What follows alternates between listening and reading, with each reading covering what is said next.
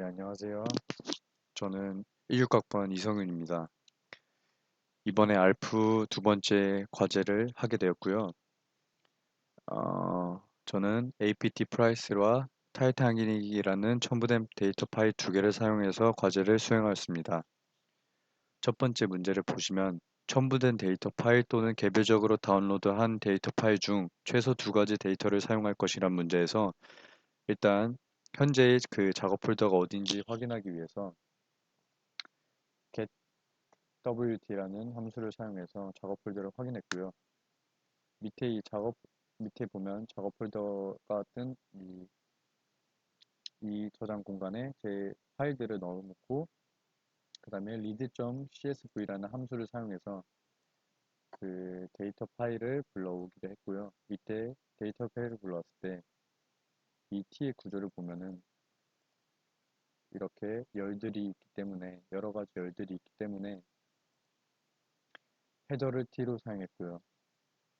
또한 작업 폴더의 위치에 데이터 파일을 넣어놨기 때문에 가능하다고 생각합니다. 근데 아까 보시듯이 한국말로 다 적혀 있는데 워닝 메시지가 중간에 뜨더라고요. 그래서 그걸 뜨지 않게 하도록 컬럼 네임즈들을 그다음에 영어로 바꿔 주었습니다.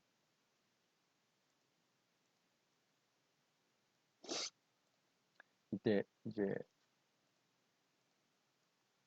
T의 구조를 이제 확인해 보면요. 밑에 잘 나오죠. 근데 두 번째 문제를 보시면 변수들의 속성을 데이터에 알맞게 변환하기, 문자 팩터 숫자 등. 거기서 아까 봤던 그 구조표에서 이제 거래 지역, 그다음에 거래량이 있었는데요. 연도와 그다음에 그 이제 지역들은 이렇게 범주시킬 수 있고 그다음에 연도들은 중복된 거가 있기 때문에 필요성을 느끼는 것들 두 가지만 에스 팩터를 사용해서 이제 바꿔주었습니다. 구조가 바뀌었는지 확인해보면 밑에 잘 뜨고요. 세 번째 문제, 변수를 파악하는 함수, 계산한 함수 등 각종 함수 사용하기. 일단 변수를 파악하는 함수는 컬럼 네임즈, 열의 변수를 파악하기 위해서 사용했고요. 로우 네임즈, 행의 변수를 파악하기 위해서 사용했습니다. 밑에 보면 두 개가 이렇게 잘 나옵니다. 또한 계산한 함수와 서브 세팅을 사용하라는 문제에 대해서 t의 그 딜열의 두 번째와 네 번째의 합과 첫 번째 값과 네 번째 값의 차를 구하는 합차를 구하는 함수를 사용해서 이렇게 구해봤습니다. 또한 이제 계산하는 함수는 비교 연산과 서브 세팅에 사용하는 것, 통계 함수를 사용하는 것에서 평균, 분산, 그다음에 표준 편차, 그다음에 통계적으로 요약해 보기라는 네 가지의 통계 함수와 서브 세팅을 사용하여서 구해보았고요. 비교 연산 서브 세팅을 사용하는 것에선 비교 연산 두 개의 이코를 사용해서 이렇게 구해보았습니다.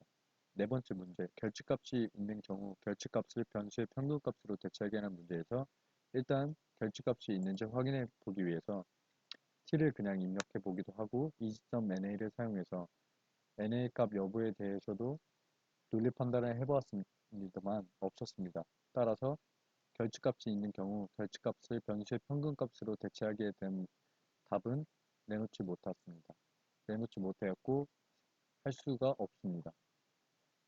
다섯 번째 문제, 여러 변수를 활용해 다양한 계산을 통해 데이터 프레임 안에 새로운 변수 만들기. 일단 현재 데이터를 확인하기 위해서 t를 이제 입력했고요. 리스트 함수를 사용하여 저는 165행을 추가하였습니다. 또한 알바인드 함수를 사용하여서 새로운 데이터 행을 추가했고 그다음에 rnom 함수를 사용하여 166개의 평균 40인 데이터를 만들고 시바인드를 이용해서 여기 시바인드를 이용해서 새로운 변수를 만들었습니다. 이제 추가된 새로운 변수가 있는지 확인해 보면 여기 166 데이터가 추가되었죠. 여섯 번째 문제를 보시면 rnom과 샘플 함수를 활용해 새로운 변수 만들어서 값 채워넣기. 이때 저는 올드와 플로어를 이렇게 두 가지 새로운 이제 입력 값을 이제 사용해서 지정을 했고요. 일단 평균 50과 평균 편차 1의 값을 500개 추출하여서 그다음에 올드에 지정했고요. 이때 라운드와 안롬 함수가 사용되었고요. 올드에서 166개를 추출하여서 플로우에 지정을 하였습니다. 그 다음에 플로우열을 cbind 함수를 활용하여 추가했고요. 이때 잘 됐는지 확인해 보시면 결국 잘 나왔죠. 166개 보시면 잘 나왔죠. 플로우라는 함수가. 플로우라는 이제 명령어가. 이제 그다음에 첫 번째는 끝났고 이제 타이타닉이라는 첨부된 데이터 파일을 사용했는데요. 앞에서 설명했듯이 문제들은 다 얘기했으니까 문제는 넘어가도록 하겠습니다. 똑같이 아까와 같이 작업 폴더를 이제 getW들을 사용해서 확인했고요. 이때 중요한 것은 변경 폴더는 사전에 있어야 할 것을 명심해야 됩니다. 또한 read.csv를 사용해서 그걸 읽어봤고요. 이제 구조를 확인해 보면 이렇게 잘 나옵니다. 이번 문제는 변수들의 속성을 일단은 보니까 그 타이틀이라는 함수가 들어가 보면 이렇게 되게 많은 열들이 있더라고요. 그래서 이거를 다 팩터가 아닌 것을 변환하고 변수는 또 w 주기 또한 그 쌍따옴표 값에 대해서 NA로 인식하게 했습니다.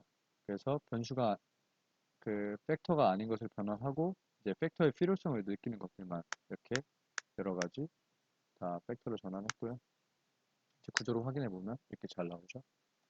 세 번째 문제 똑같은 문제인데요. 이제 변수명을 파악하기 위해서 컬럼 네임즈를 사용했고 행의 변수명을 파악하기 위해서 로우 네임즈를 사용했고요.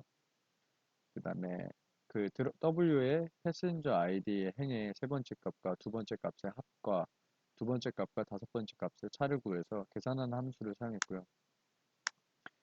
똑같이 평균, 분산, 표준 편차, 통계적 요약을 해봐서 통계함수와 서브 세팅을 사용했습니다.